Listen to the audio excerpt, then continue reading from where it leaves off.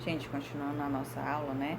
Só que eu esqueci de mencionar na aula anterior a questão da fecundação e anidação, que são dois termos bem pertinentes na disciplina de saúde da mulher. A fecundação ou fertilização é a passagem de um espermatozoide para o interior de um óvulo, né? Onde vai ocorrer a fusão de seus núcleos e vai originar uma única célula. E a anidação é o processo de implantação do ovo, né? Que é o embrião na cavidade uterina. Essa anidação, ela vai ocorrer por volta do 7º dia após a fecundação, tá? Então, fecundação e anidação são dois termozinhos que a gente não pode esquecer. Então, assim, já que a gente está falando de fecundação, de anidação, de reprodução, eu decidi que a gente vai falar também sobre planejamento familiar.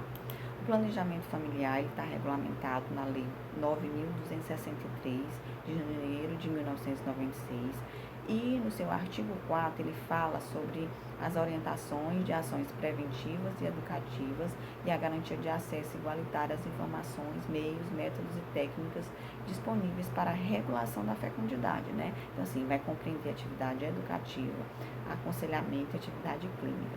É preciso que o profissional de saúde que vai estar orientando esse casal, ele conheça a realidade desse casal, ele converse com esse casal para ver o método mais adequado à realidade desse casal. Porque cada casal é um casal, assim como cada ser humano é único, né? Diferente. Tem aquele parceiro que aceita fazer uso do preservativo, já tem aquele que abomina, né? Tem aquela mulher que esquece o anticoncepcional oral, que precisa tomar um injetável. Então, a gente vai ver a necessidade de acordo com a realidade daquela clientela que está na nossa frente. Professor, e qual é o objetivo do planejamento familiar, né? Ampliar o acesso das mulheres, dos homens, né? De casais às informações e métodos para o planejamento familiar. Promover a dupla proteção, porque quando eu promovo a dupla proteção, eu estou simultaneamente evitando uma gravidez indesejada e uma infecção sexualmente transmissível, principalmente a AIDS. O número de casos de AIDS está aumentando muito, principalmente entre as mulheres. Quando a AIDS começou, ela era conhecida como uma doença de grupo de risco, né? Quem é que adoecia de AIDS? Os gays, os profissionais do sexo, os usuários de drogas injetáveis. E hoje em dia isso não existe, né? A realidade é outra. A gente vê mulheres casadas sendo contaminadas, mulheres idosas sendo contaminadas, porque o parceiro pula a cerca e não veste a capa do super-homem e se contamina e leva a contaminação para casa. Além de reduzir, né, tem o objetivo de reduzir o número de mortalidade materna. A gente sabe que no nosso país muitas mulheres ainda morrem durante a gestação ou em decorrência de problemas relacionados à gestação. Também tem o objetivo de evitar gestações de alto risco, né? E reduzir o número de abortos provocados, que a gente sabe que o aborto é ilegal. No Brasil, o aborto só é permitido em casos que oferecem risco de vida à mãe ou em caso de estupro, mas a gente sabe que existem abortos clandestinos, além também de prevenir a gravidez indesejada. A gravidez é uma experiência única, maravilhosa, mas que o legal é quando a gente engravida porque a gente está querendo engravidar, né? Às vezes acontece uma gravidez indesejada, mas que não é... Acontece uma gravidez que não foi planejada, mas pode ser desejada, mas uma gravidez indesejada, quando você não quer, é bem difícil de você levar adiante. Então, assim, é importante o profissional de saúde ter um acolhimento, né, ter uma visão do ser humano como um todo, observar a realidade daquele casal para poder indicar para aquela família, para aquela mulher ou para aquele homem um método mais adequado. A gente sabe que no nosso país, né, muitas meninas ficam grávidas. Quando elas engravidam, elas são obrigadas a deixar a escola, que a principal causa de internação entre brasileiras de 15 a 19 anos é a gestação, né? Que muitas meninas entre 10 e 14 anos já estão gestantes, são mães, que o número de adolescentes de 19 anos que já tem mais de 2 filhos é um número grande. Então, por isso que a gente tem que debater, discutir sobre a questão do planejamento familiar, tá? Então, assim, professora, por que tantas meninas, tantas mulheres acabam engravidando, né? Porque muitas desconhecem os métodos para evitar a gestação. Elas até ouviram falar, mas elas não sabem como eles realmente funcionam.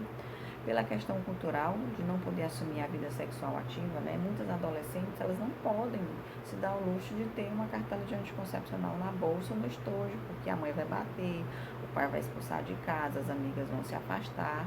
Então, ela tem que fazer uso de um método de uma forma escondida, né? Elas acabam usando métodos com maior falha, né? Quais são esses métodos, professora? O coito interrompido, a tabelinha de uma forma errada, o que acaba levando a uma gestação. Professora, qual seria a solução desse problema, né? Então, assim, tanto os homens quanto as mulheres, eles devem proteger-se da gravidez não planejada e das doenças sexualmente transmissíveis. Então, a solução é que juntos eles usassem o método de alta eficácia, no caso a pílula, com a camisinha, que evita contra as infecções. Porque o método 100% seguro, né, para controlar a natalidade é não ter relação sexual. E aí é complicado, num relacionamento a dois, não haver relação sexual, tá? Então, bora falar um pouquinho dos métodos contraceptivos, né? A gente vai ter os métodos comportamentais, o método de barreira, o dispositivo intrauterino, método cirúrgico, métodos de emergência e os métodos hormonais. Falar dos métodos comportamentais, quais são eles? Coito interrompido, o calendário, né, o tabelinha, o muco cervical ou método de Bini, a temperatura corporal basal, relação sexual sem penetração e o método sintotérmico. O coito interrompido, eu vou falar, mas eu acho que todos vocês já sabem, né, como é que funciona, que consiste na retirada do pênis antes da ejaculação. Tem uma grande falha, né? Ele não oferece custo, mas ele tem uma grande falha, além de não prevenir as infecções sexualmente transmissíveis, e muitas vezes ele não é prazeroso nem para o homem, nem para a mulher, por conta que ocorre essa retirada antes da ejaculação. E tem uma grande falha, tá? A tabelinha ou calendário é preciso que seja observado o ciclo menstrual. A mulher tem um ciclo menstrual regular, né? Ela tem que menstruar todo mês, em que seja anotado durante 6 meses a duração desse ciclo, lembrando que o ciclo começa no primeiro dia da menstruação, tá? E o que ela vai fazer? Ela vai anotar, e aí ela vai tirar 18 do ciclo mais curto e tirar 11 do ciclo mais longo, tipo. O ciclo mais curto dela foi de 25 dias, ela vai tirar 18, ela vai chegar no 7. O ciclo mais longo foi de 30 dias, ela vai tirar 11, ela vai encontrar o 19. O que eu estou querendo dizer com isso? Que o 7 e o 19, entre o 7º e o 19º dia da menstruação, do ciclo menstrual, tá? Ela não vai poder ter relações sexuais, porque o que acontece? O primeiro dia do ciclo é o primeiro dia da menstruação. O último dia do ciclo é o dia que antecede a chegada da nova menstruação. Vocês entenderam? Então, assim, esse método, né, ele vai ter um custo zero, tá? Mas ele oferece uma grande falha, tá bom? Professora, quais seriam os métodos adequados durante a lactação, né? Então, assim, a gente vai ter o método da lactação e amenorreia, que ele é conhecido como LAM, que consiste no uso da amamentação como um método temporário de anticoncepção. Essa mulher, ela está amamentando exclusivamente ao seio e ela ainda não está menstruando. Então, pressupõe-se que a amamentação inibe a ovulação, já que altera a secreção dos hormônios naturais, né? E por isso ela não vai conseguir engravidar, tá? Eu, particularmente, não, como mulher, eu não uso, tá bom? Mas a gente tem que mostrar para vocês todas as opções. E algumas mulheres, elas não podem fazer uso de anticoncepcional, o parceiro não aceita usar camisinha, então a gente pode estar orientando o método LAM. Professora, mas aí no caso a mulher está amamentando e não pode usar o método LAM, o que é que ela pode estar usando, né? Então assim, ela vai preferir os métodos de barreira, né?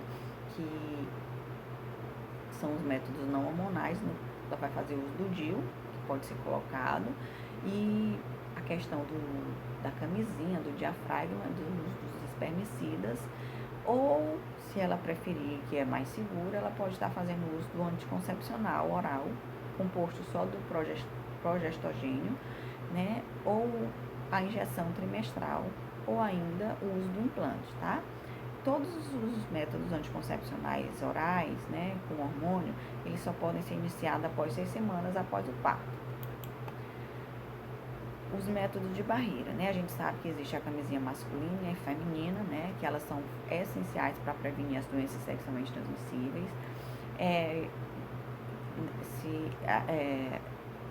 elas têm uma grande vantagem, né? Que evita a questão da AIDS e de outras doenças também. Tem um custo zero, já que você pode estar pegando no posto de saúde. Apresentam uma boa eficácia, previnem contra as infecções sexualmente transmissíveis, mas elas têm que ser usadas de forma adequada, porque se elas não forem usadas corretamente, elas podem se romper e aí todo o trabalho vai por água abaixo, tá bom? Então, assim, a gente sabe da camisinha que funciona como uma barreira física, tem a camisinha feminina e a camisinha masculina, tá? Um outro método de barreira é o diafragma, né? Que o diafragma ele tem uma falha de 17% e aí uma outra queixa é a questão da dificuldade de colocação, tá? A gente também pode estar fazendo a orientação sobre o uso do espermicida, que funciona como uma barreira química, mas a gente também vai ter o DIU, né? Que o DIU ele vai ter uma boa eficácia, já que no caso é menos de 1% de casos de gravidez com o uso do DIU, mas ele apresenta efeitos colaterais, as mulheres se queixam de dores, né, sangramento transvaginais e há alguns métodos, alguns médicos eles contraindicam no caso de a mulher que ainda não teve filho, né, e também mulheres que têm histórico de CA de colo e mulheres que tiveram complicações durante a gestação, aborto espontâneo, elas não, os médicos eles não indicam o uso do DIU, tá bom? A gente também tem a questão da anticoncepção cirúrgica, né, que no caso dos homens é a vasectomia e a laqueadura no caso das mulheres, só que apesar de serem amparadas por lei, que é a Lei 9.263 de 12 de janeiro de 96, é preciso alguns critérios, né? Quais são eles? Homens e mulheres com capacidade civil plena, eles têm que ter acima de 25 anos, é preciso que eles tenham mais de 2 filhos vivos e expresse a manifestação da vontade do cônjuge em documento, né? Tá assinando, assinar ali e tá ciente da vontade da parceira de fazer a laqueadura. No caso da vasectomia, ela tem uma recuperação bem mais rápida, né? Já a laqueadura, é preciso que essa mulher vá para o centro cirúrgico, ela é irreversível, tem que ter a assinatura do parceiro. Muitas vezes essa mulher não tem com quem deixar a criança e a dificuldade de deixar o filho acaba fazendo com que ela desista de fazer o procedimento. Professora, a senhora falou em anticoncepção de emergência, né? Sim, eu falei da anticoncepção de emergência, que é a pílula do dia seguinte, que ela deve ser utilizada somente em caso de relações sexuais desprotegidas, né? No caso de uma falha de anticoncepção, a camisinha rompeu, ou no caso de estupro, a pílula do dia seguinte, ela não deve ser usada como método de rotina, porque ali é só um anticoncepcional, ou algumas vezes você compra dois, mas que é como se você estivesse tomando metade de uma cartela de anticoncepcional. Então, não é uma coisa para você fazer uso rotineiramente. Além do que, com a rotina, diminui a eficácia, tá? Então, assim, quais são as vantagens, né? Ela tem uma eficácia de 75% se você tomar quanto mais cedo você tomar, tá? Mas ela apresenta também efeitos colaterais, né? A questão do vômito, a questão da irregularidade menstrual, tá? Qual é a apresentação, né? Você pode comprar um único comprimido ou comprar que vem com dois, que você vai tomar o primeiro comprimido em até 72 horas, né? Após a relação sexual desprotegida e o outro 12 horas após o primeiro que você tomou. Então, assim, eu sempre brinco com meus alunos, saiu do motel, já passa na farmácia para comprar a pílula de emergência, tá? Mas você pode estar tomando em até 3 dias. O ideal é que você tome nas primeiras horas. Quanto mais cedo você tomar, maior a eficácia. Tomou hoje, 7 horas, quando for amanhã, 7 horas da manhã, você vai tomar o outro comprimido, tá bom? Quais são os métodos hormonais, professor? Então, assim, a gente vai ter as injeções mensais e trimestrais, os implantes, o anel endovaginal, o adesivo e as pílulas que podem ser combinadas ou não, tá? O mecanismo de ação da contracepção hormonal é inibir a ovulação. Se não tem ovulação, não vai acontecer uma gestação. Vai fazer com que esse muco cervical ele fique mais espesso, que dificulta o acesso dos espermatozoides, além de uma diminuição da espessura do endométrio. O endométrio vai virar uma coxinha, né? Um travesseirinho. Se não vai ter travesseirinho, não vai ter como esse bebê se fixar e não tem como acontecer uma gestação. Então, assim, as injeções elas podem ser mensais e trimestrais, tá? Os implantes, o implante, ele tem uma duração de 3 anos, né?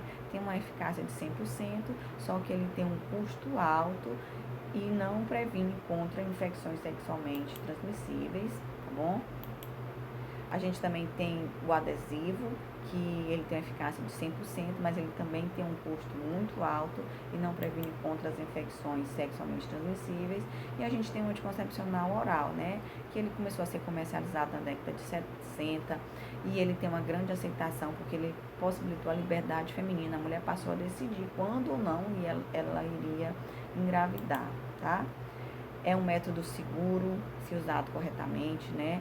Tem uma baixa dosagem hormonal, que causa poucos efeitos negativos sobre a saúde. O que ainda existe é muita desinformação e algumas crenças. Muitas mulheres ainda acham que fazem mal à saúde, tá? Mas se você começa a tomar no primeiro dia da menstruação, todo dia no mesmo horário, durante 21 dias consecutivos, né? Professora, qual é o local de guardar junto com a escova de dente? Dificilmente vai acontecer uma gestação. Professor, e se eu esquecer, né? Eu tomo meu remédio 7 horas, todo dia da noite.